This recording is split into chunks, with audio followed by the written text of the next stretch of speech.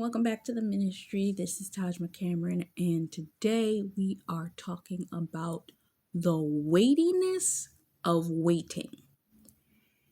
We are in a season where it is pivotal that you remain in the posture of standing and waiting for the things that the Lord has promised you that He's going to give you in this season. Not just your marriages, because everybody get caught up on marriage. You got opportunities that God is saying that He's going to give you. You got business things that God said that He was going to give you. You got contracts God said He was going to give you. Homes, money, God said that He was going to give you. Financial compensations. Some of you it's jobs. Some of you it's other things.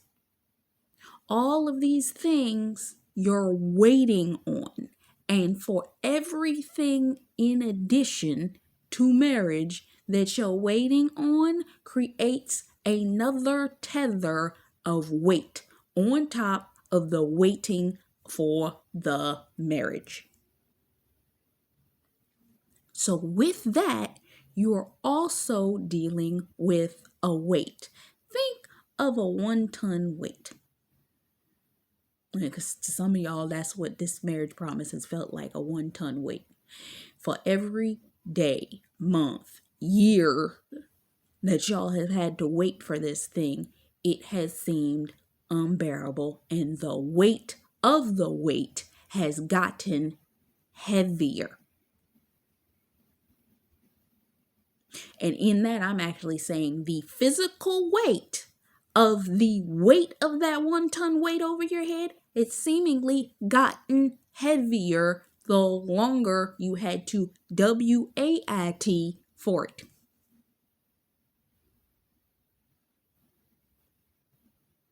I have seen people complaining, I've been walking this out for 1 year. I've been walking this out a year and a half.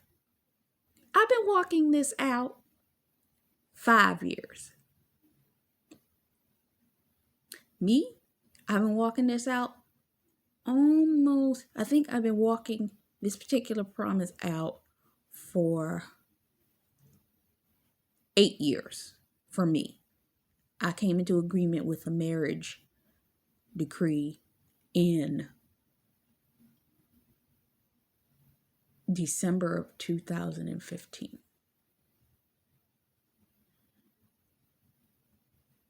That's when I came into agreement for kingdom marriage.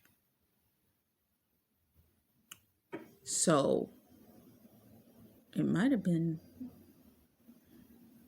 this December will make it 8 years. So I've been staying about 7.5 years. Now, 7 is a year of completion. So anything after that, we're coming into a new beginning. So that's for me. But a lot of people, they complaining at 1 year. They complaining at a year and a half. And it's like,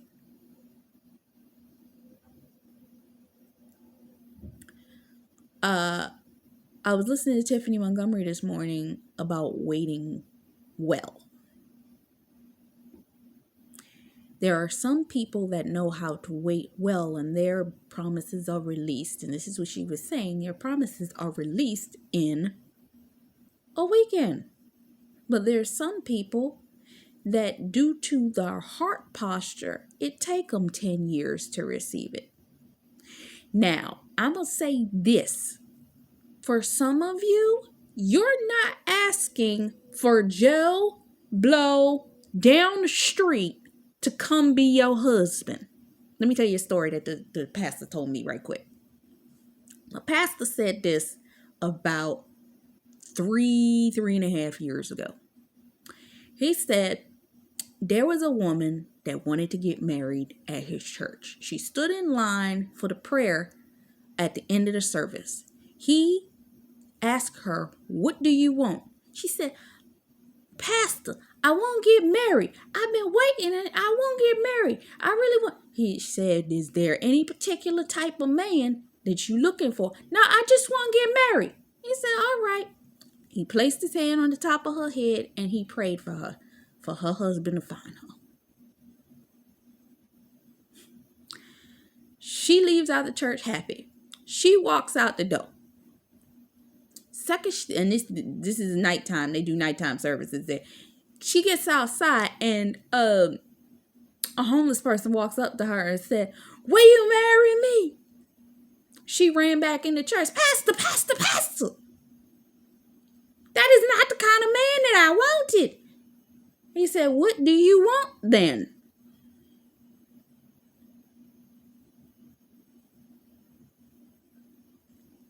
Some of you are waiting for 3 reasons. You want to know what they are? I'm going to give them to you, okay? 1, you ain't waiting for Joe Blow down the street. I just said that. You're not waiting for the average dude. You came into alignment and agreement for a kingdom marriage. Can you go look up what kingdom means? Hold on, I'm going to do it for you. Give me 1 second. Kingdom. 1 country, state, or territory ruled by a king or queen. Spiritual reign and authority of God. Let me break this down for you. You're waiting on a marriage that has an authority that it can what? Rule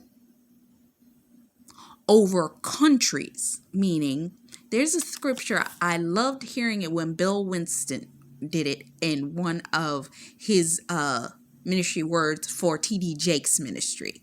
He talked about Numbers 6 and 22.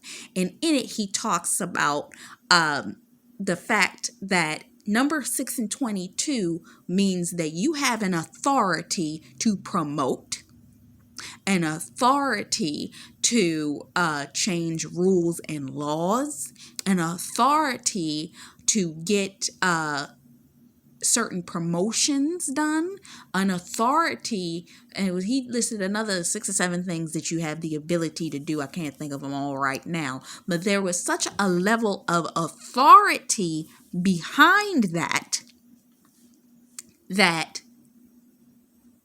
you can't just pray, "I want a kingdom marriage. Oh my God, I want kingdom marriage," and think that God's going to hear that prayer today, answer it tomorrow.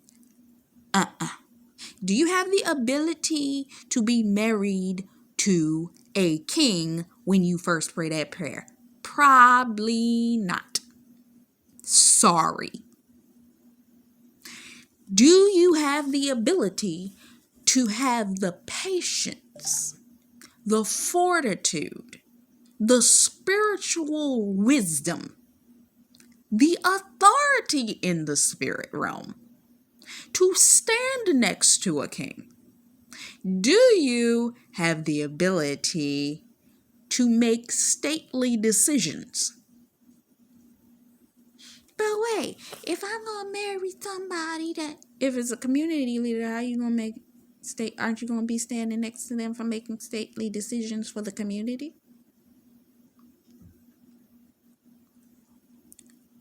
Well, I don't need somebody like that.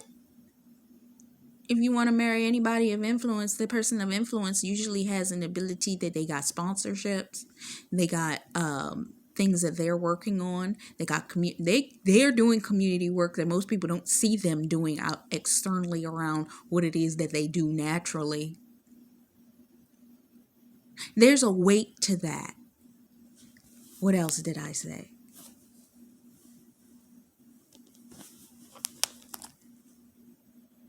Territory. Oh yeah, for those people around here waiting on property. You're marrying somebody that has ability to or has multiple forms of property that need to be managed. And you need to be the partner that's going to be able to help them sustain these pieces of property. Meaning you're going to have to see the portfolio, understand the portfolio of properties, deeds, so on and so forth. Maintenance and upkeep just to make sure that it's being maintained. You may not have to be the one to, but you may have to be the one to go check. If you've never read the book Becoming by Michelle Obama, you should, because she gives you a excellent viewpoint on what it takes to be married to a person that has a position of high authority. I told you in one of the words previously that some of it is not going to look like what you think. Some of you are called to marry people of actual heavy influence. Maybe they're a football player. Maybe they're a industry leader. Maybe they are an actual influencer, meaning they're a social media influencer or somebody that has weight on these platforms, meaning they actually life coach. They're a brand. They are a brand within themselves and have created it using these platforms. You can't just be married to a person like that and be, okay, I'm married to this person. Some of these people some of them are celebrities.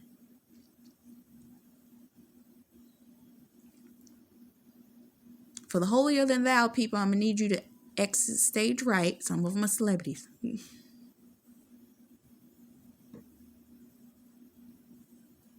And you're going to have to be able to manage one spiritually. Did I just say spiritual reign and authority?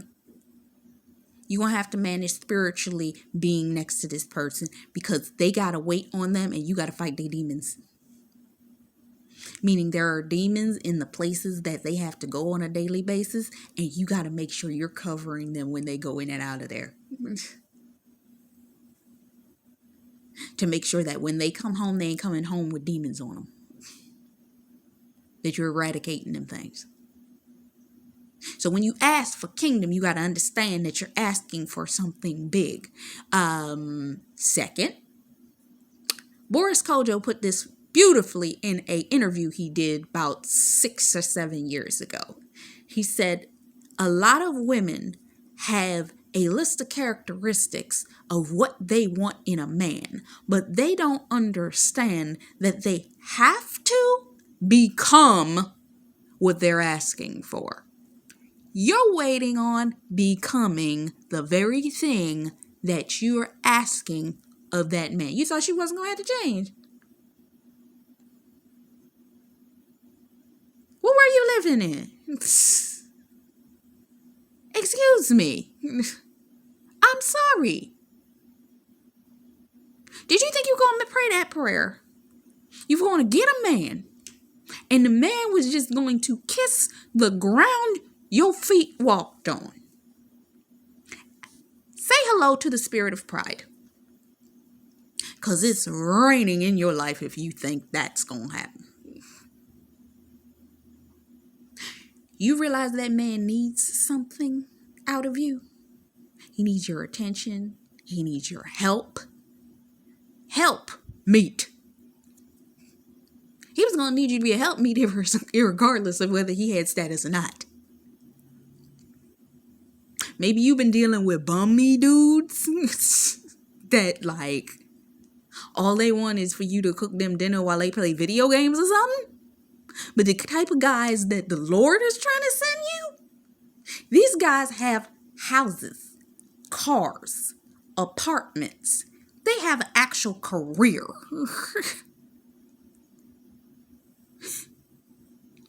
Hello. Godly status, meaning they are not gods, but they have a status upon them that has the royal standing of a kingdom person. Y'all sit up there and, ooh, Jesus, how am I putting this? Because the thought prospect popped into my head that didn't sound godly when I said that in my head. Y'all be sitting up here reading the book of Esther like it's a fairy tale. Oh, I want to be Esther. What did Esther have to do? What did Esther have to do before she became queen? How did she have to prepare before she became queen? What was she doing before she became queen? Everybody's like, oh, she had to go through 6 months of beauty treatments. But what about the 6 months of preparation she had to take in getting the understanding of how to carry herself, how to be in that environment, how to talk to those people, how to be in that environment?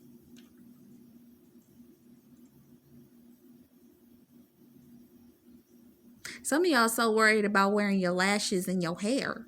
I was literally listening to Poetry and Prophecy the other day, and she was making a point of saying some of y'all need to be paying attention spiritually to what you're doing, but in the dream, the spouse was actually getting beat over the head, and he had a helmet with a bullet in it.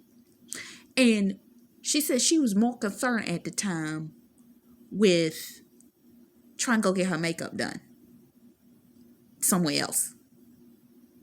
Some of y'all so interested in getting this right. Do you realize God can get this right in 1 minute?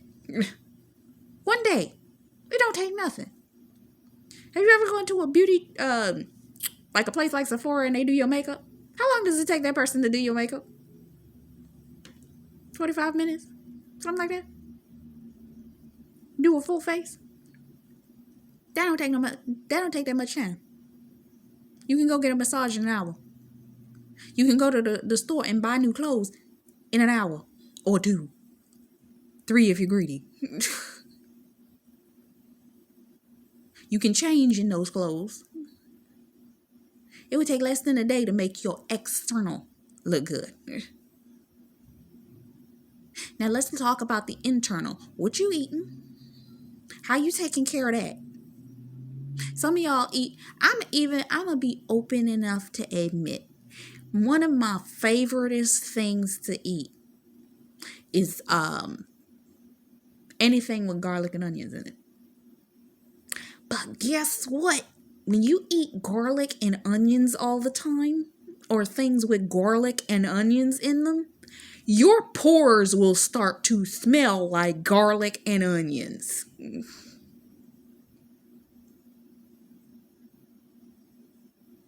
But garlic's good for you. Yes, it is. It's a great immunity booster. It helps with if you have potential of illness, it clears out all that kind of stuff. It's marvelous. That's why I use it. That's why I eat it all the time, because it prevents me from getting sick. But when I sweat, my underarms smell like garlic and onions. I remember one time, true story, went to Fairway Market in New York City, and they had this, it was peppers, onions, and garlic that I used to love to eat with the fried rice that I used to buy there. It tasted phenomenal, and the sweet peppers tasted amazing. But guess what? When I ate it, if I sweat, when I tell you, the sweat smelled exactly like what I ate. What you eating? How are you clarifying your body? What are you using to align your system that don't happen?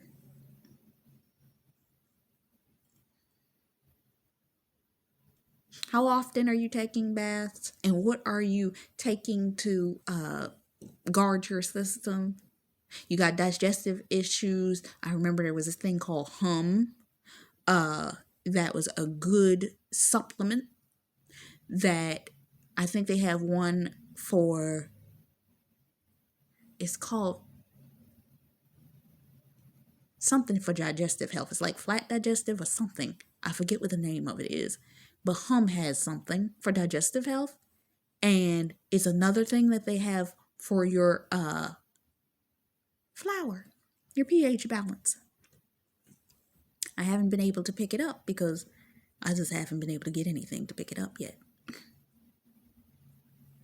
But you got to be taking care of that too. Sometimes we've been single for so long we forget. When you're single, you can eat as much onions and garlic as you want. When you married, I bet you don't want to breathe that in his face. I bet you don't want to sweat in the middle of the night and smell like that. I guarantee you. I guarantee you. I'm trying to curb my appetite even now. But what can I say? The guacamole be tasting good though. Anyway, yes. And what's the number 3? I think that was number 3. Number 3 was that you had to be taking care of your body. What, are you doing that? What are you doing? The Lord even gave me a dream. Something about pH balance. But I figured out what he was trying to tell me in relation to pH balance. I'm like, oh, okay. And if you know that you have these affinities, meaning, oh, I like garlic, then what's it going to take to maintain your garlic intake? If you like garlic one, because some people actually take garlic tablets.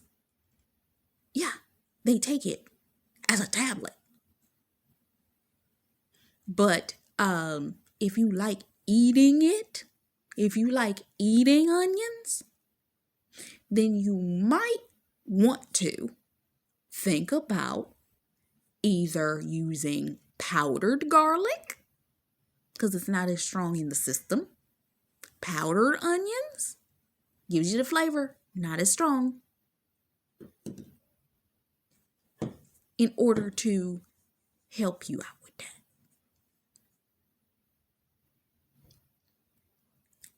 All these little things that you can do. Because some of you got bad diet habits. You wonder why you're sluggish. Do you eat burgers all the time? Do you eat fries? Do you eat sweet things? Do you drink sweet things? I want you to do this. I want you to test for 24 hours. I want you to check the sugar intake on everything that you eat for a day.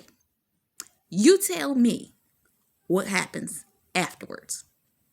I remember I saw somebody do a 1 week no sugar consecration. And these people were not Christian people. They just did it as a dare on YouTube. And they just were checking the little things. Their favorite shake, this how much sugar it was. Their favorite this, that's how much sugar it was. You know, I was sitting here the other day, and I need you to check this. Hold on one. I was literally sitting here drinking water. Because I don't eat that much sugar on the natural, but sometimes I have cravings for sugar when I'm not eating sugar. And you know something I noticed? Even when I drank water, the water tasted like it had sugar in it. I'm like, how is this the case? My seasoning salt tasted like it had sugar in it. And I literally checked the seasoning salt. It actually says it's 2% sugar in it. What are you eating? Some people say you are what you eat. What you eating and digesting that's making you feel the way that you feel. All these things you got to check before you get married. All of them. For me, there are certain things, if I had a consistency of income, I wouldn't have none of these problems. But when you have to choose between what you can get when you want and how, due to your financial situation, you will say, well, this is what I have access to. I'm going to eat that. I make as healthy of a meals in meal preparation as possible with what I have on hand. A lot of it's canned. Sometimes it's frozen because if I get fresh stuff from the church. But I eat a lot of the healthier stuff and try to make as healthy as possible. Salads. I made a meatloaf the other day. I'm vegan, but it was a vegan meatloaf. I have a food channel. I have a food Instagram for that. But, yeah. What is it that you're doing for you to make sure that you're prepped? This is called the stuff that helps you wait well. And then what else are you doing What's your purpose? You can sit up there and pray and beg Jesus for a husband. What you doing? How you preparing for that man? You think that man want to marry you and find out you ain't got nothing? You ain't doing nothing. Nothing. Especially if God's sitting up there sending you a king. You want to know that you was at least trying to do something. Something somewhere. Working on something. That you wasn't just sitting there waiting on him to show up. What was you doing? I got courses, I got classes, I got podcasts, I got a bunch of stuff that I got sitting in my back office. I got books that I have written myself. Oh, courses, programs. Hello. So how are you waiting? What are you doing? Do you know what your purpose is? Have you figured that out? Yeah, I help people do that too. Because you first got to identify your purpose by sitting with the Lord to figure out what it is that you're good at. Then once you've done that, you have to figure out how to present it. Then once you've done that, you have to figure out in what way are you going to promote that.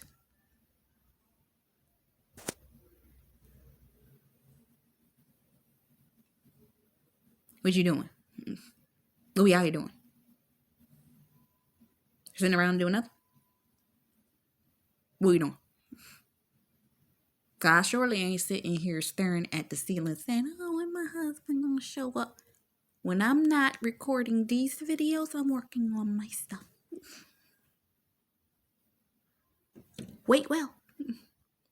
You won't be complaining if you're doing something with your waiting time. I read books.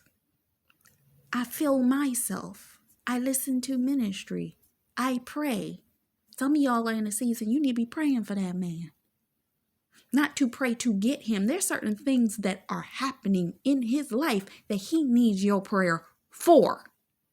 And some of you, how can I do that when I don't know who he is? Oh, when you start to pray and put the prayers up to the Lord, and if you got enough gumption, because some of y'all don't have enough gumption to ask God who your guy is, because if you had the gumption to ask who your guy is, you would come to the realization, oh, I don't need to be sitting out here looking at Joe Schmo and all that people and them persons over there and the guy that was walking past me at the coffee shop and that dude and that dude and that dude.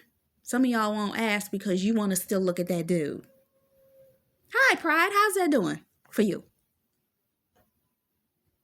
You know how many people I have heard that are Christian that will literally sit there, he out here doing what he wants, so I'm be out here doing what I want. What you guys said? When God said that? I thought we was waiting.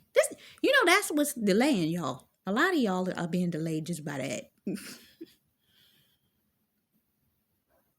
Well, I wanna. He looking real nice. Go ahead and do that if you want to. You realize Tiffany Montgomery said this in her video. I was listening to it the other day, and she was talking about, you realize that God honors covenant. There are some people out here trying to make covenants with people, meaning they talking about, well, my God ain't spouse ain't here yet. Let me just marry somebody else and wait until he ready. Then I'll divorce this person and marry them. You know how dumb that sounds? Do you realize that God honors covenant? And no.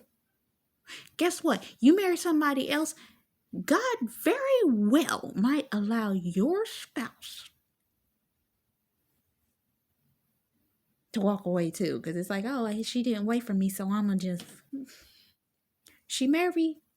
We the ones. We the ones that be sitting up there. We see them in covenant relationships. You know how many people out here about to be trying to break up somebody's marriage?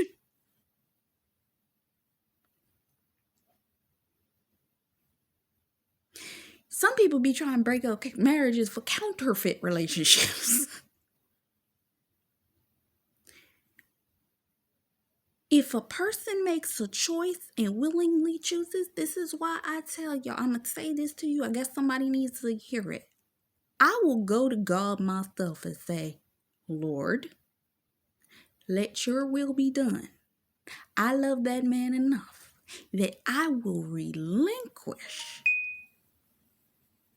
if need be. I prayed for him. I covered him if he didn't want it. If he didn't want me. I honored you by being obedient to pray for this person. I remember one day I laid it upon the altar and I literally said, even if he don't choose me. Some of y'all would never do that because y'all too prideful that y'all would sit up there and say, I done put too much work into this man. You know what you sound like? Counterfeit right there. I done put too much work into this man. I am not going to let him go. Hi. Hello, pride. How you doing? Have you ever heard that saying, if you let it go, it'll come back to you? Y'all aren't even willing to let it go, and it ain't even here yet. What did Abraham have to do? He had to take the child all the way up to the sacrificial post. All the way up there. Put the child on the altar to sacrifice it.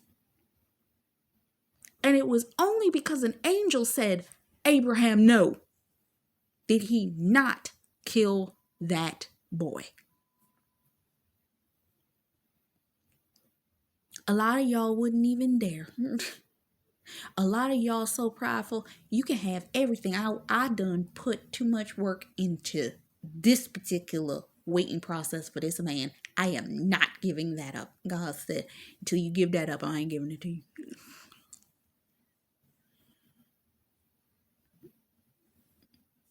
Till you're willing to sacrifice and relinquish that back unto me, I'm not giving it to you. I've listened to people, they've lost children. Until you're willing to release it back unto the Lord. Homes, cars, family members. Wait well. And sometimes waiting well means I give this back to you, God. And I'm going to focus on what you need me to focus on. And if it's meant for me to have, it'll show up when it's ready.